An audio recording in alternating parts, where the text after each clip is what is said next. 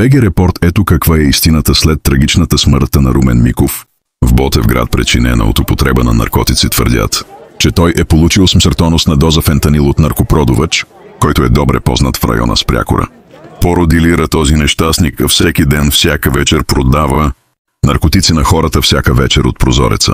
Ето ги ясните картини, които съснехме на породилира как продава наркотик на хората от прозореца си. Но не само той дилерът. В Ботевграда, в севера махалата, има още дилери, които са известни с имената. Единият е на Поро Чичо Ванчо, крие наркотиците в сакуските й. Има едно барче с закуски.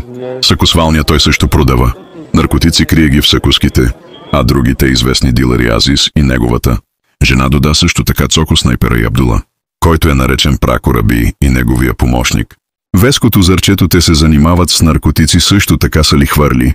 Така започваме с другите боклуци: Гошо Черния и неговата жена Руми, която всяка седмица заминава за Врънция за далавери наркотици. Техния син е известен с името Гелето Черния също.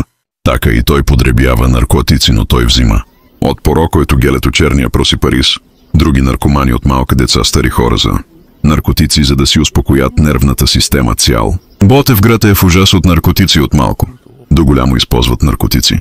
Последвай БГ Репорт за още